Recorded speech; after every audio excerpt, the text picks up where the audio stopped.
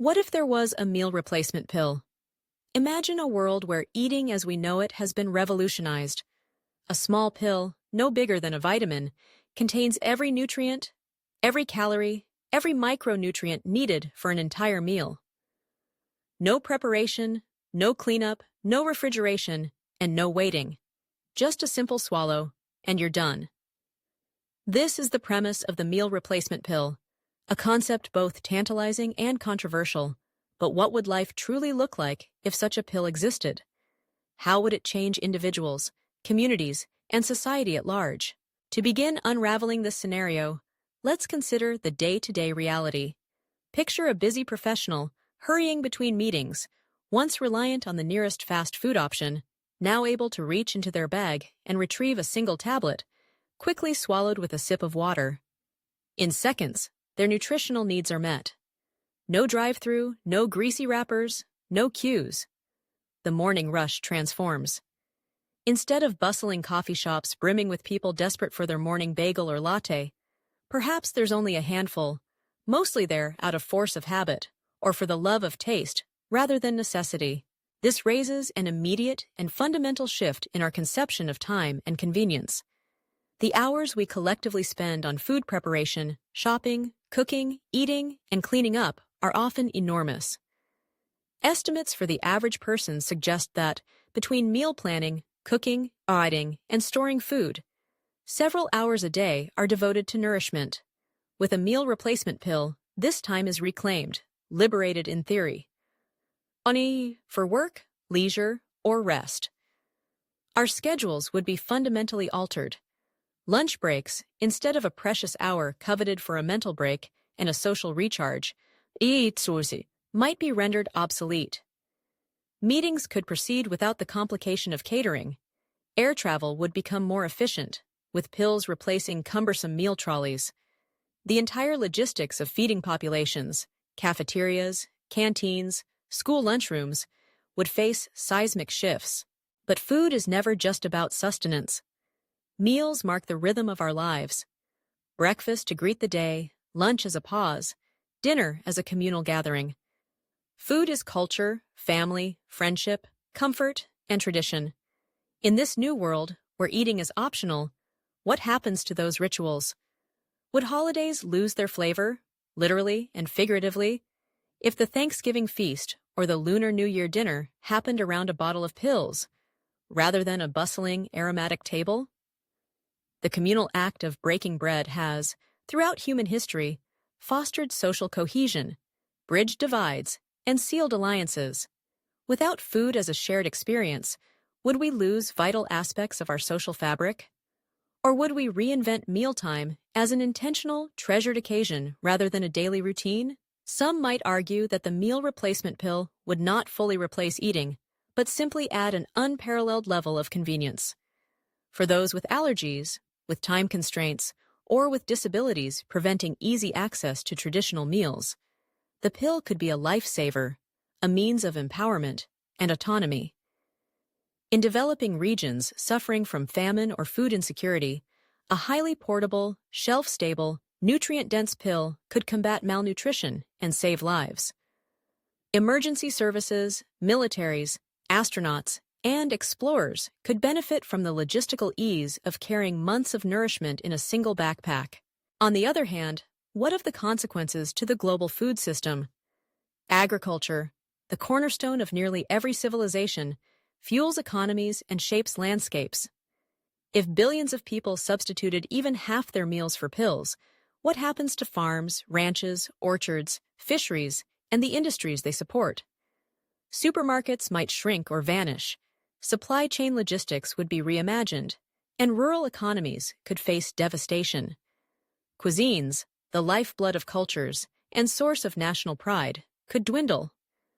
Restaurants might transform from daily necessity to luxurious novelty, reserved for special occasions, or the passionate few unwilling to forgo the pleasures and artistry of traditional cooking.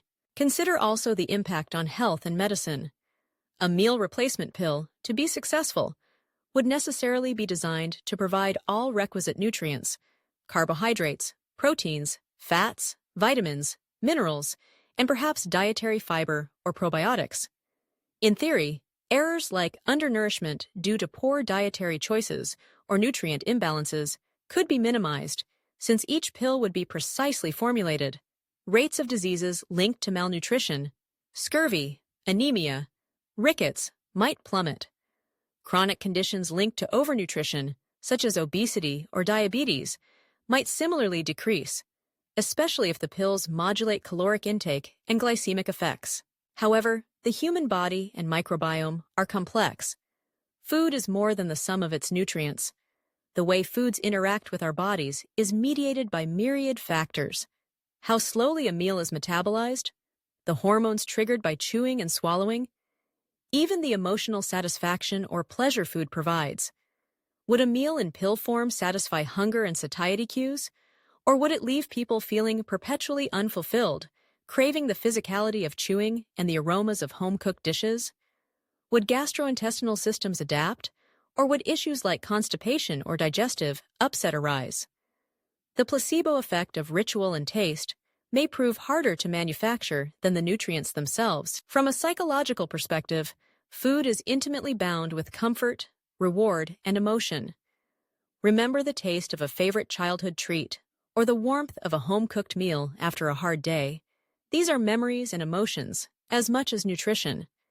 The meal replacement pill removes flavor, texture, and diversity from the experience of eating, potentially leading to less satisfaction, and perhaps to mental health challenges, such as increased rates of depression or eating disorders. For some, the simplicity and predictability may be liberating, but for others, food's pleasures, and even its challenges, are irreplaceable. Retail and specialty food industries, from gourmet chocolates to fresh bakeries to street food vendors, could see dramatic contraction. Food tourism, visiting other cultures to taste unique, authentic dishes, could lose its allure if most people subsist, practically speaking, on identical pills, indistinguishable from Tokyo to Lima to Paris. On the other hand, traditional food could become a niche luxury, savored on special occasions, valued even more for its rarity. The environmental considerations are equally intriguing. Agriculture is a heavy burden on global resources.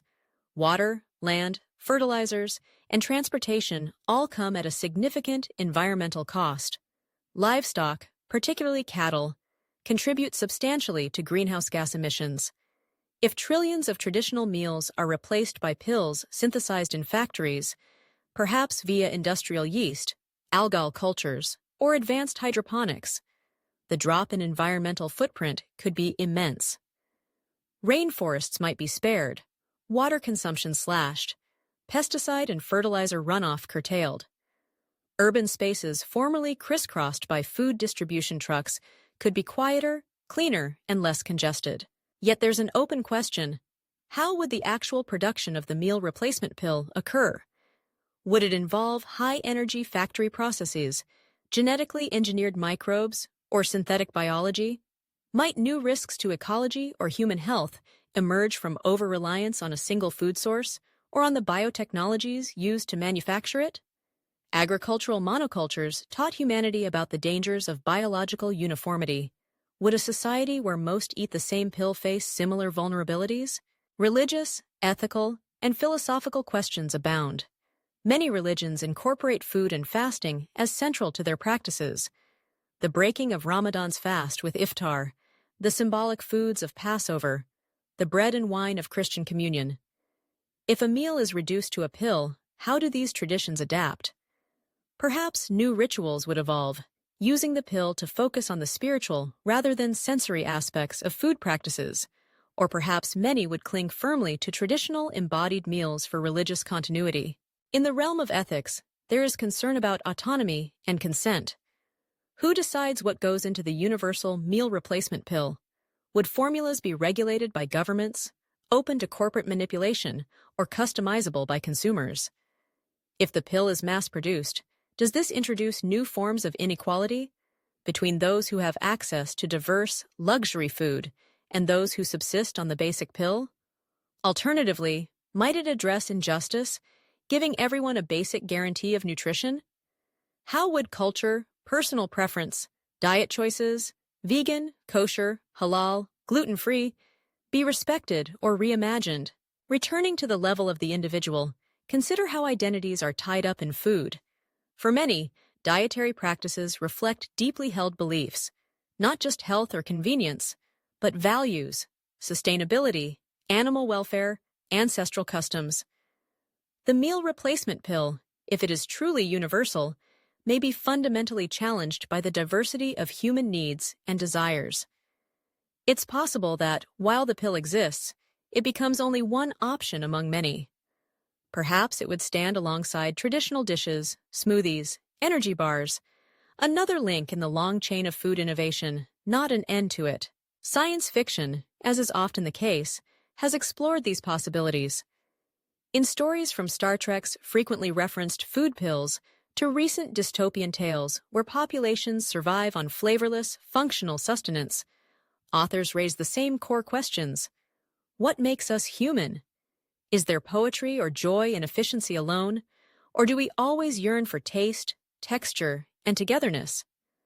Are we most ourselves when stripped to survive, or when we find meaning in rituals, however inefficient? Returning from speculation to reality, current meal replacements, such as shakes and bars, only partially fulfill this dream. Technologically, a true complete meal in a pill remains daunting. Calories alone, an average meal provides between 400 and 800, would require either radical advances in energy density or rethinking the digestive process itself. Existing attempts at compact nutrition, like high-calorie gels or military rations, are still far from truly pill-sized. Scientific breakthroughs such as nanoencapsulation, microbial synthesis, or metabolic engineering could change this in the future. For now, these remain theoretical, bound by the laws of physics and biology. In this world of the hypothetical, the meal replacement pill is more than a technological curiosity. It's a lens through which we can view humanity, our striving for efficiency, our longing for pleasure, our negotiation between convenience and meaning. It's a dream born of modern pressures, the scarcity of time, the inequalities of access, the environmental cost of old systems. It is also a cautionary tale, reminding us that not everything that can be made more efficient should be, lest we lose something irreplaceable. But let us suppose, for the sake of imagination, that the meal replacement pill did become a reality, available to all in every corner of the world. How might this look 20 years on? In many places, the rhythm of life might have sped up. Children, no longer shepherded to the kitchen table 3 times a day, might have more time for extracurriculars, homework, or sleep, yet perhaps less opportunity to bond with their parents. Busy adults might eat on the go even more than before, with the dietary pill replacing the drive-thru, the vending machine, or the convenience stores that once lined their commutes. Rural communities, long organized around the cycles of planting and harvest, would need to pivot to new industries. Restaurants might subdivide, some catering purely for the experience, with molecular gastronomy and immersive dining rising in popularity.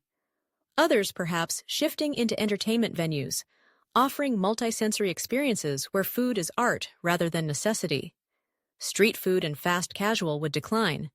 International gourmet foods might become the new luxury, a status symbol rather than an everyday choice. Grocery retail would be reshaped, no longer the central pillar of commerce it once was. Farmers markets might become rare, specialized events.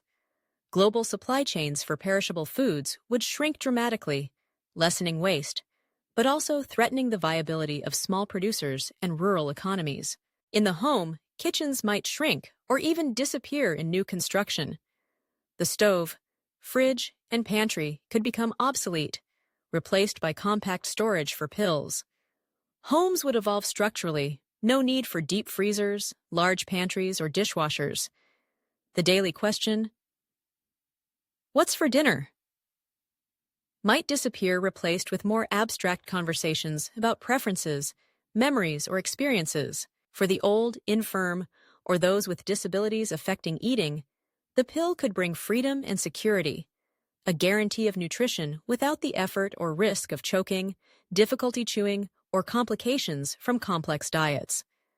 Similarly, in hospitals or during emergencies, the pill could be life-saving, delivering tailored nutrients quickly and efficiently. Yet there would be resistance.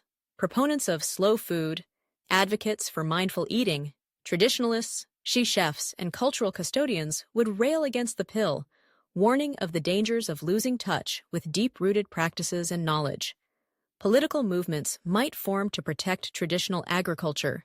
Some countries or communities might subsidize native foods or preserve culinary traditions as elements of national heritage. The psychological impacts would continue to evolve.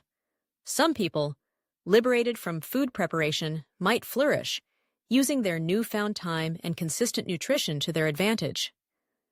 Others might mourn the loss of texture, taste, and ritual. For those who struggle with eating disorders, the pill could be a blessing or a curse, removing the stress and anxiety of choosing and preparing food, or alternatively, reducing eating to a mechanical act, potentially worsening feelings of alienation. The pill would influence health outcomes in complex ways. Nutritionally starved regions might see an end to hunger and micronutrient deficiencies. But for those in developed nations, the loss of dietary variety could pose unseen challenges, micronutrients not yet discovered, interactions not yet understood. For all its promise, the pill could also create new forms of dependence or vulnerability. For example, what if the global supply chain fails or an essential ingredient runs dry? How adaptable would societies be to sudden loss of this synthetic food source? Politics, too, would shift. Control over the recipe, production, and distribution of the pill would confer enormous power, likely controlled by a few multinational corporations or tightly regulated by government agencies.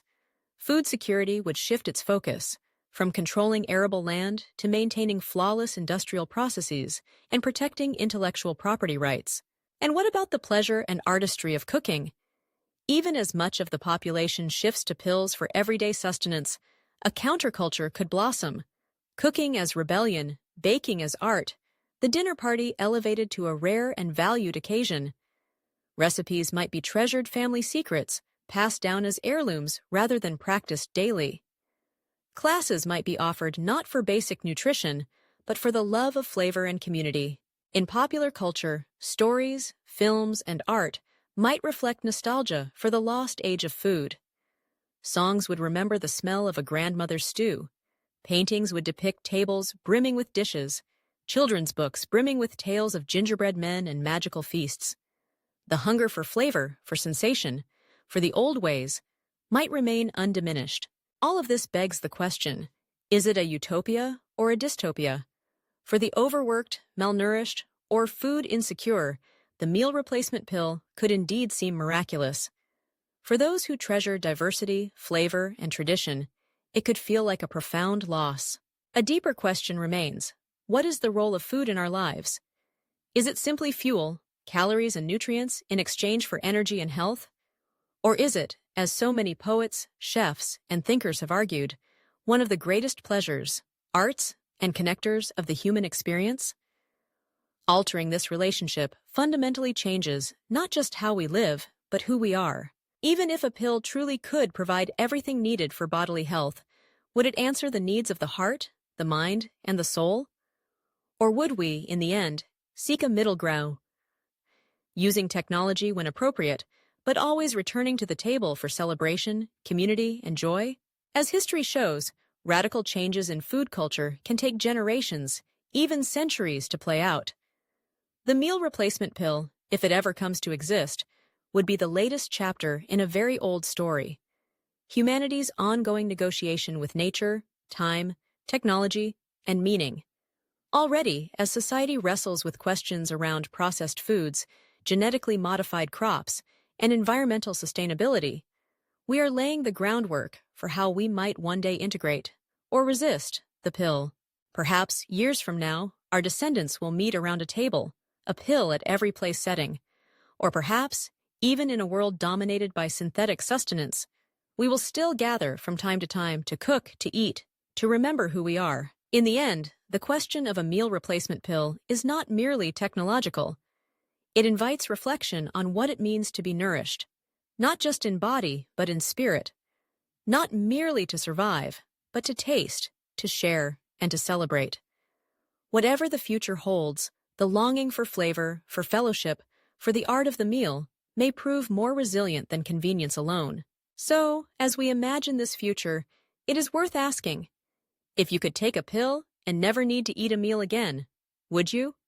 Or, for all the promise of innovation, would you sit down, plate in hand, ready once more for the simple pleasures of food, community, and life itself?